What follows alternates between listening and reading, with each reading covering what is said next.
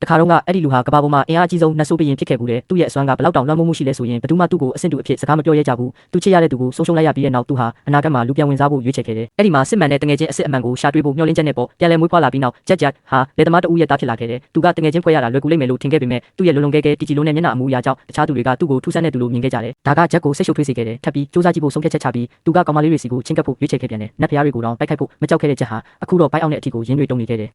ကောင်မလေးတွေကသူ့ကိုချက်ချင်းသတိထားမိသွားကြတယ်ဒါကိုမြင်တော့ဂျက်ကလှည့်ပြီးအတင်းအကျပ်ပြုံးပြလိုက်တယ်ဒါပေမဲ့သူ့ရဲ့မျက်နှာမူအရာကတုံမုံလုံးနေလို့နောက်ဆုံးတော့သူတို့ကိုခြောက်လန့်ပြီးမောင်းထုတ်လိုက်တယ်လို့ဖြစ်သွားခဲ့တယ်နတ်ဆိုးဘရင်ဟောင်းတယောက်အနေနဲ့အဆက်မကွဲအောင်ဂျက်ကသူတို့နောက်ကိုလိုက်သွားပြီးအကယ်၍သူတို့သာသူ့ရဲ့တငယ်ချင်းတွေဖြစ်လာမယ်ဆိုရင်သူကကဘာကြီးရဲ့တဝက်ကိုပေးမယ်လို့ကြေညာခဲ့တယ်ကြောက်လန့်တကြားနဲ့ကောင်မလေးတွေထွက်ပြေးသွားကြတယ်ထပ်ပြီးညှင်းပယ်ခံရပြန်တော့ဂျက်ကဒေါသထွက်လာတယ်သူ့ရဲ့စိတ်ပျက်စရာတွေကိုဖြေဖျောက်ဖို့အတွက်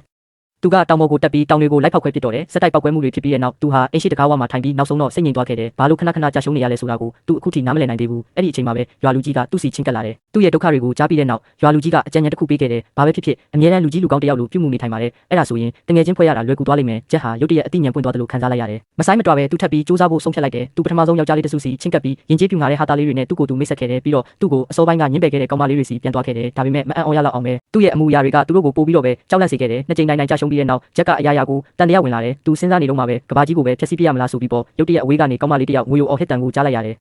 မဆိုင်မတွပဲသူကမော်ဒန်ပညာမှော်တက်ကိုတုံးပြီးပြန်တန်းသွားခဲ့တယ်တောနက်ထဲကိုရောက်တဲ့အခါအဲ့ဒီရန်သူဟာအစင်နေသားရဲတကောင်ဖြစ်တဲ့ရှီဟောင်းဝမ်ပလွေ Ancient Wolf တကောင်ပဲဖြစ်နေတာကိုသူတွေ့လိုက်ရတယ်ကောင်မလေးကအဲ့ဒီဝမ်ပလွေပေါ်မှာသူ့ရဲ့ဒေါသတွေကိုပောက်ကွဲနေတာပဲဖြစ်နေတယ်သူမဆင့်ခေါ်လိုက်တဲ့လျှက်စီးကြောင်းတစ်ခုနဲ့အဲ့ဒီဝမ်ပလွေဟာချက်ချင်းပဲပြအဖြစ်ပြောင်းလဲသွားခဲ့တယ်အခွင့်အရေးကိုမြင်နာနဲ့ချက်ကစကားပြောဖို့ချင်းကပ်ခဲ့တယ်ဒါပေမဲ့မိန်းကလေးတွေနဲ့ဘလို့ဆက်သွယ်ရမလဲဆိုတာစိတ်ကူးမရှိတဲ့အတွက်သူကသူမကိုမရည်ရွယ်ပဲစိတ်ဆိုးအောင်လုပ်မိသွားပြီးသူမကစိတ်ဆိုးမှန်ဆိုးထွက်ခွာသွားခဲ့တယ်ဂျက်ဟာအလွန်ပဲစိတ်တက်ကြသွားခဲ့တယ်အဲ့ဒီညမှာသူရွာလူကြီးစီကိုထပ်ပြီးသွားခဲ့တယ်အဲ့ဒီမှာပဲအစောပိုင်းကသူတွေ့ခဲ့တဲ့ကောင်မလေးဟာတကယ်တော့ရွာလူကြီးရဲ့တမီးဖြစ်နေတာကိုသိလိုက်ရတယ်မျှော်လင့်ချက်တွေသူ့စီတကြော့ပြန်ရောက်ရှိလာခဲ့တယ်ရွာလူကြီးစီကနေတဆင့်သူမနာမည်ဟာအိုင်နာရယာဆိုတာကိုသူသိခဲ့ရတယ်သူတို့ရဲ့မိသားစုတွေကရင်းနှီးတဲ့တငယ်ချင်းတွေဖြစ်တာကြောင့်အိုင်နာရဲ့မွေးနေ့မှာသူဟာနှင်းစီပန်းကို19ပွင့်နဲ့သူမရဲ့အိမ်ကိုရောက်လာပြီးသူမကိုလက်ထပ်ခွင့်တောင်းခဲ့တယ်သူ့ရဲ့လုံလုံကဲကဲရိုမန်တဆန်တဲ့စကားလုံးတွေကြောင့်အိုင်နာကဆက်ဆုပ်ရွှေရှာမှုကလွယ်လို့ဘာမှမခံစားရပဲမော်ပညာနဲ့အဲ့ဒီနှင်းစီပန်းတွေကိုမိရှုပစ်ခဲ့တယ်အဲ့ဒီညချက်တယောက်အရာဝင်ခံနေမှာပဲအောက်ထပ်ကနေအကူအညီတောင်းတဲ့အော်ဟစ်တန်တွေထွက်ပေါ်လာတယ်အပလင်ဂါဘလင်အုပ်စုကြီးတစ်ခုကရွာကိုရုတ်တရက်ကျူးကျော်ဝင်ရောက်လာခဲ့ကြတယ်ဂျက်ကဝင်ပါတော့မလို့လုံနေတော့မှာပဲသူ့အဖေကအရင်ဆုံးလှုပ်ရှားခဲ့တယ်ဂျက်တယောက်ဘာတွေဖြစ်နေလဲဆိုတာကိုမစင်စားနိုင်ခင်မှာပဲရွာလူကြီးကအပြေးလွှားရောက်လာပြီးဂျက်ရဲ့အဖေကိုတောင်းပေါ်သွားပြီးအိုင်နာကိုတွားရှာဖို့တောင်းဆိုခဲ့တယ်